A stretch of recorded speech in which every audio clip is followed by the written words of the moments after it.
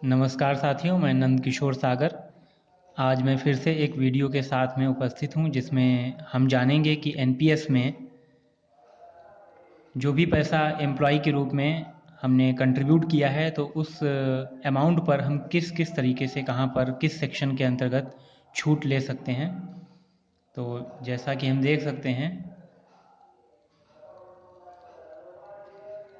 Section 80C के अंतर्गत जो भी पैसा हमने public provident fund, employ provident fund, LIC, Sukanya, NSC में जो भी पैसा हमने इन्वेस्ट किया है, इसके अलावा अगर हमने कोई होम लोन ले रखा है तो उस होम लोन में जितना भी हमने प्रिंसिपल अमाउंट चुकाया है, इंटरेस्ट के साथ में, इंटरेस्ट अलग है, उस पर हमें अलग से छूट मिलती है।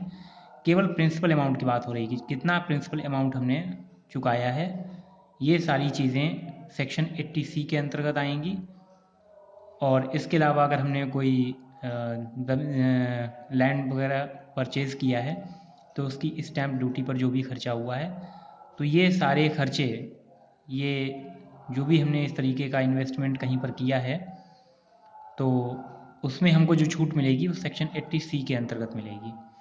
और इसमें जो छूट मिलेगी उसकी एक लिमिट है कि 1,50,000 से ज़्यादा हम छूट नहीं ले सकते। मतलब कोई भी पैसा जो हमने इन्वेस्ट किया है, अगर वो 1,50,000 या उससे कम है तो हमें उतने की छूट मिलेगी, और अगर 1,50,000 रुपये से ज़्यादा हमने कहीं पर इन्वेस्ट किया है तो भी छूट हमें सिर्फ 1,50,000 रुपये की ही मिलेगी। इसके बाद में एक सेक्शन आता है, सेक्शन 80CCC, जिसमें हमने कोई कंट्रीब्यूशन किया है एलआईसी में पेंशन फंड के रूप में। तो इसमें भी शर्त यही है कि हम 1,50,000 से ज़्यादा का इन्वेस्टमेंट नहीं कर सकते। अगर इससे ज़्यादा का इन्वेस्टमेंट किया है तो भी हमको छूट सिर्फ 1,50,000 रुपये की ही मिलेगी। हो सकता है कि हमने जो इन्वेस्टमेंट किया है उसमें से कुछ चीज़ें 80C के अंतर्गत आ रही हों, और इसके अलावा हमने पेंशन फंड में भी इन्वेस्टमेंट किया है, तब भी हमको ये ध्यान में रखना है कि इन दोनों चीज़ों को मिला करके इसमें भी जो टोटल अमाउंट है वो 1,50,000 से ज़्यादा नहीं होना चाहिए। मतलब 80C के अंतर्गत हमने कहीं पर भी किसी में भी इन्वेस्टमेंट किया है और पेंशन फंड में भी इन्वेस्टमेंट किया है, तो उन दोनों का टोटल 1,50,000 से ज़्यादा ना हो। अगर 1,50,000 से ज़्यादा है तब भी हमें छूट सिर्फ 1,50,000 की ही मिलेगी। और अब आ जाते हैं एनपीएस पर। एनपीएस के लिए एक सेक्शन है 80CCD1। इसमें एम्प्लॉई का जो कंट्रीब्यूशन है, जो कि उसकी सैलरी से 10% लिया गया है, एनपीएस अकाउंट में जमा किया गया है, तो उस अमाउंट पर एम्प्लॉई को छूट मिलती है सेक्शन 80CCD1 के अंतर्गत। अगर एम्प्लॉई सैलरीड पर्सन है तो 10% है, और अगर सेल्फ एम्प्लॉयड है तो जो भी उसकी ग्रॉस टोटल इनकम होगी, उस इनकम पर उसे 20%, उस इनकम का जो 20% अमाउंट है उस पर उसको सेक्शन 80CCD1 के अंतर्गत छूट मिलेगी। अभी इनको हम आगे कुछ एग्जाम्पल हैं उनके माध्यम से समझेंगे, तो ये और भी क्लियर हो जाएगा कि किस सेक्शन के अंदर किस तरीके से हम छूट ले सकते हैं। इसके अलावा एक सेक्शन और है, सेक्शन 80CCD1B। ये भी एनपीएस से ही संबंधित है, और इसमें एम्प्लॉई का जो कंट्रीब्यूशन है उस पर एडिशनल डिडक्शन के रूप में 50,000 रुपये की छूट हम और ले सकते हैं। मतलब जो अभी हमने ऊपर बताए थे 80C, 80CCC और 80CCD1, इनमें से किसी में भी अगर हम इन्वेस्टमेंट करते हैं तो वो इन्वेस्टमेंट या इन सभी में मिला करके टोटल जो भी हमारा इन्वेस्टमेंट बन रहा है उसकी लिमिट है, और वो है 1,50,000। मतलब हमने इनमें से कहीं भी इन्वेस्टमेंट किया हो, लेकिन हमको जो छूट है वो 1,50,000 से ज़्यादा की नहीं मिलेगी। लेकिन एनपीएस में एक एडिशनल जो छूट है हमको जो मिल रही है, जो एक एडिशनल बेनिफिट हमको मिल रहा है, वो एक 50,000 रुपये का एनपीएस में हमको अलग से मिलता है 80CCD1B के अंतर्गत। और इस तरीके से अगर हम देखें तो 1,50,000 प्लस इधर 50,000, मतलब कुल मिलाकर के 2,00,000 रुपये की छूट हम ले सकते हैं। किस कंडीशन में ले सकते हैं उसके लिए कुछ एग्जाम्पल हम देख लेते हैं। पहला एग्जाम्पल सिंपल है। मान लेते हैं कि हमने 50,000 रुपये LIC में इन्वेस्ट किए हैं, 20,000 रुपये की हमने NSC ले रखी हैं, और जो हमारा कंट्रीब्यूशन है एम्प्लॉई के रूप में वो सैलरी का 10% के हिसाब से हमने 60,000 रुपये ये हमारे अकाउंट में जमा हुए हैं। तो अब इसमें हमको किस सेक्शन के अंतर्गत कितनी छूट मिलेगी? तो अभी हमने जो हमारा टोटल इन्वेस्टमेंट है वो अगर देखा जाए तो 50,000 LIC का हो गया, 20,000 रुपये NSC के हो गए और 60,000 रुपये NPS के हो गए। तो अगर इसका हम टोटल करेंगे तो ये टोटल बन रहा है 1,30,000, यानी कि 1.5 लाख के अंदर है। तो इसलिए ये पूरा का पूरा 1,30,000 रुपये की जो छूट है वो हमें सेक्शन 80C के अंतर्गत मिलेगी। इसी तरीके से अगर हम नेक्स्ट एग्जाम्पल की बात करें तो इसमें हमने जैसे कि दिखाया हुआ है, मान लेते हैं कि हमने LIC में 50,000 रुपये का इन्वेस्टमेंट किया हुआ है, कोई पॉलिसी ले रखी है जिसमें हमने 50,000 रुपये इन्वेस्ट किए हैं। NSC हमने 50,000 रुपये की ले रखी हैं। प्रोविडेंट फंड में हमने 70,000 रुपये जमा किए हुए हैं, और NPS का जो हमारा मतलब एम्प्लॉई का जो कंट्रीब्यूशन है वो 60,000 रुपये का है। तो अब इसमें किस तरीके से हम छूट लेंगे? तो अगर हम बात करें, जैसे यहाँ पर हमने दिया हुआ है LIC में 50,000 रुपये, NSC में 50,000 रुपये और PPF में 70,000 रुपये, अगर इनका टोटल किया जाए तो केवल ये टोटल ही 1,70,000 रुपये का बन रहा है।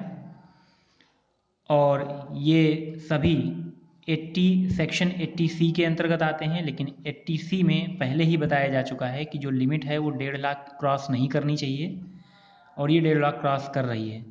तो इस वजह से हमको सेक्शन 80C के अंतर्गत जो छूट मिलेगी वो केवल 1.5 लाख रुपए की मिलेगी। इसके बाद में जो NPS का 60,000 रुपये बचा हुआ है उस NPS को सेक्शन 80 CCD 1B के अंतर्गत दिखाया जा सकता है, लेकिन पूरा 60,000 नहीं दिखा सकते, उसकी भी लिमिट है और वो लिमिट है 50,000। तो NPS का जो 60,000 रुपये है उसमें से 50,000 रुपीज़ ये हम सेक्शन 80 CCD 1B में दिखा सकते हैं, और इस तरीके से हमको टोटल 1,50,000 और 50,000 रुपये मिलाकर के 2 लाख रुपए की छूट मिल सकती है। मतलब हम 2 लाख रुपए की छूट जो है इन दोनों सेक्शन में इस तरीके से पा सकते हैं। इसी तरीके से हम एक तीसरा एग्जाम्पल देख लेते हैं।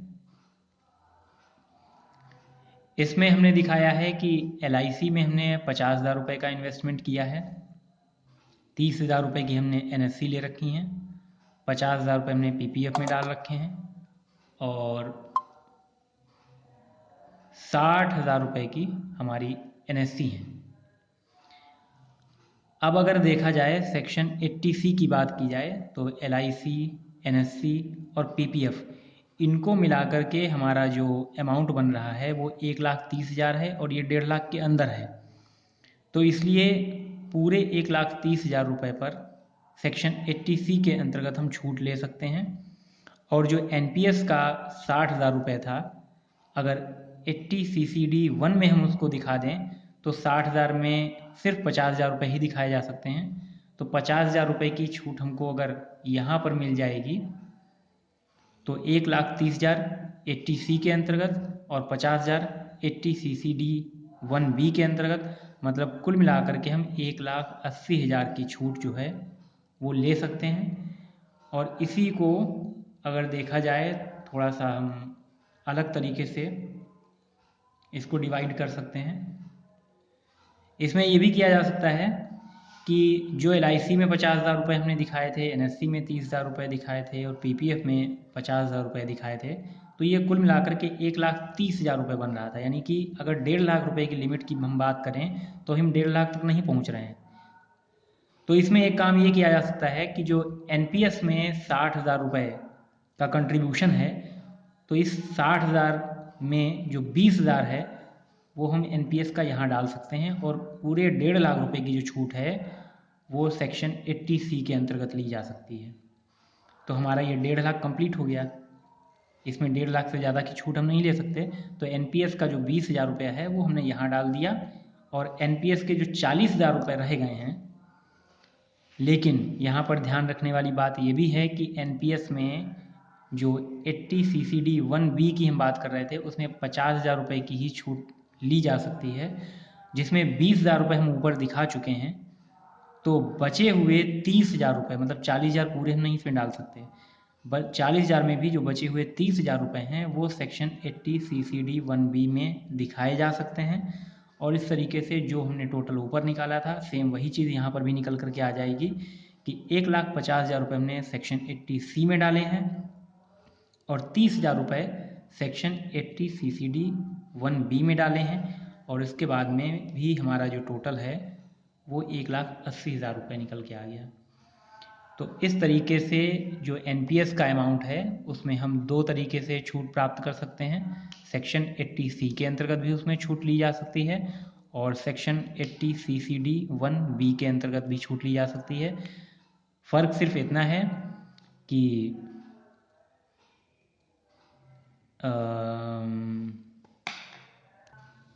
कि 80 CCD 1 वो सेक्शन 80C के अंतर्गत काउंट होता है, जबकि 80 CCD 1B ये सेक्शन 80C का पार्ट नहीं है, ये उससे अलग है। एडिशनल बेनिफिट जो 50,000 का हमको मिल रहा है तो ये अलग काउंट होता है। इसी के साथ में मैं इस वीडियो को समाप्त करता हूँ। अगर आपको ये वीडियो अच्छा लगा हो तो अन्य साथियों के साथ में भी इसको शेयर करें और लाइक करें। धन्यवाद।